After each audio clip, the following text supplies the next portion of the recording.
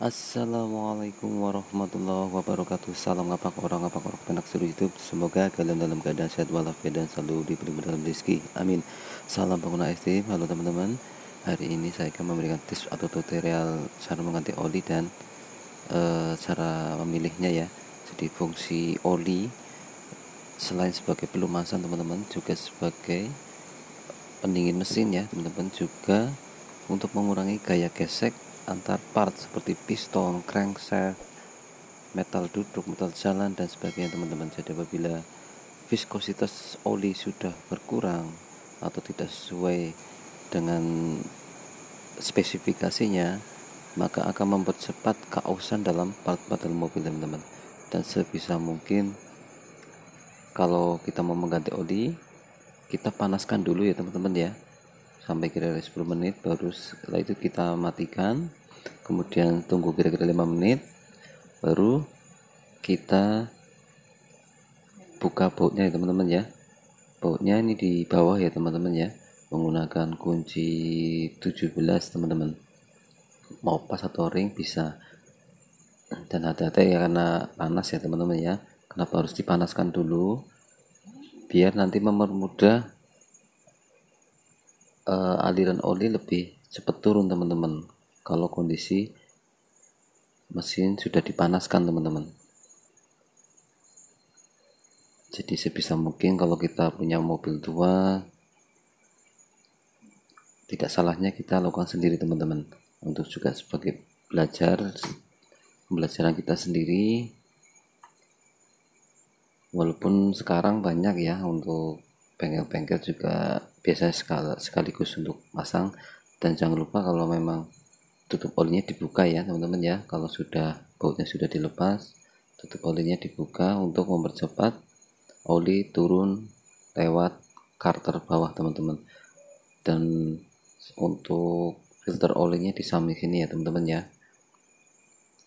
di sini. Dan kebetulan saya menggunakan salah satu merek Shell ya teman-teman ya, karena lebih mudah untuk pengecekannya. Salah satunya bisa dilihat ya, ini angka yang di sini teman-teman. Kalau untuk mengeceknya, apabila kita kasih air, warnanya akan menjadi merah teman-teman. Ini saya kasih air atau tetesin air, warnanya akan berubah merah. Dan apabila kita keringkan teman-teman, warnanya akan kembali ke warna putih lagi teman-teman. Ini menandakan salah satu keaslian dari salah satu oli ini teman-teman. Dan bisa juga saya menggunakan SAE yang 2050 ya teman-teman ya, karena mobil saya sudah berumur hampir 25 tahun lebih. Dan kemudian cara yang kedua, kita bisa mengecek keasliannya dengan cara ini, ada labelnya. Kalau bisa labelnya itu jangan yang rusak teman-teman ya, kalau rusak minta diganti. Jadi ini bisa dibuka seperti ini dan kita cek nomor 16 digit teman-teman, atau bisa di scan juga bisa. Di situ tertulis, bisa teman-teman bisa masuk ke situs websitenya ya, di http://accshell.com teman-teman. Baru kalau sudah masukkan nomor di atasnya teman-teman ya, 16 digit seperti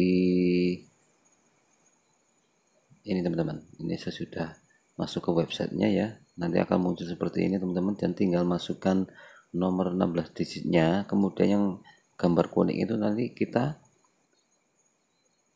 geser ke kanan teman-teman. Setelah kita masukkan nomor digitnya, 16 digitnya, kemudian kalau sudah masukkan, kita geser ke kanan yang warna kuningnya, kita lanjutkan, dan akan muncul tanda hijau seperti di video. Berarti oli ini belum digunakan. Untuk salah satu bahwa produk ini asli. Jadi kenapa saya memilih produk ini teman-teman, karena lebih mudah untuk pengecekannya dan bisa ditukar kalau memang itu palsu teman-teman. Dan bisa dilihat ya ini teman-teman ya, ini sisa atau oli yang sudah ditap, warnanya sudah hitam, dan viskositasnya juga sudah agak menurun ya, karena mobil ini atau mobil saya ini setiap hari hampir saya pakai teman-teman.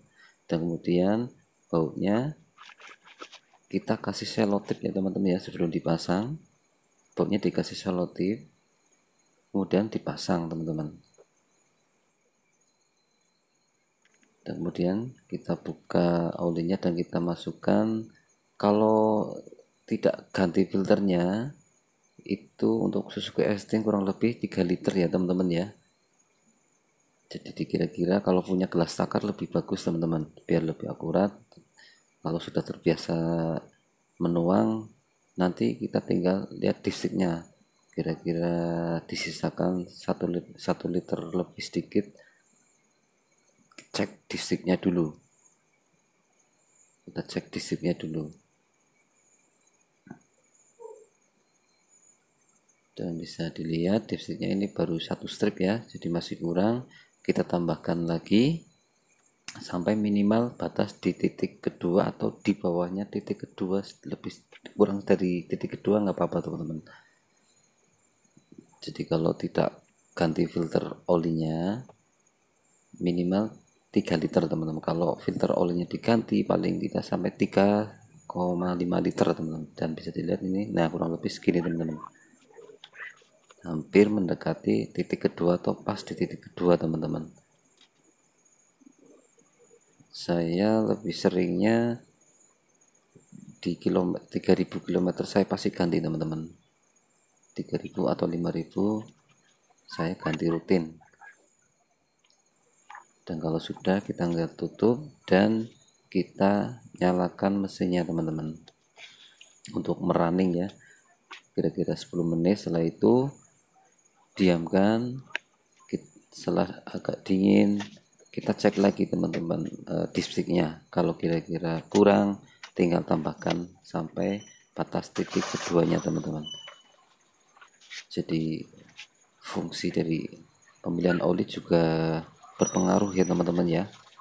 Kalau terlalu encer untuk mobil tua itu biasanya mesinnya lidik dan gampang menguap teman-teman, karena part-part mobil tua kan sudah kasarannya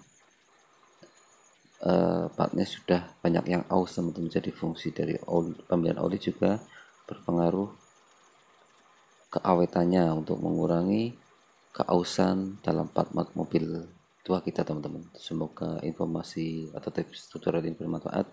Jangan lupa subscribe, like, share, komen. Wassalamualaikum warahmatullahi wabarakatuh.